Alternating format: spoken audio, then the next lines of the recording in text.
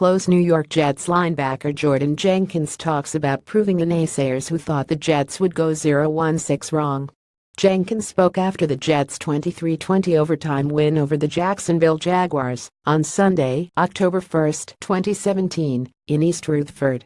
Andy Vasquez, North Jersey.com. 1 p.m. Sunday, October 8, at First Energy Stadium, Cleveland, Ohio. Streaming Fox Sports Go cable TV subscription. NFL Mobile from Verizon phones only. TV Fox in Binghamton, Ithaca, Elmira areas.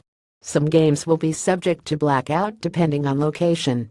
All NFL listings are according to 506sports.com and tfguide.com, but CBS and Fox NFL games are subject to change by local TV affiliates. For NFL games, there are numerous streaming options on your devices, which can be accessed here, but you'll probably need either TV provider logins or subscriptions.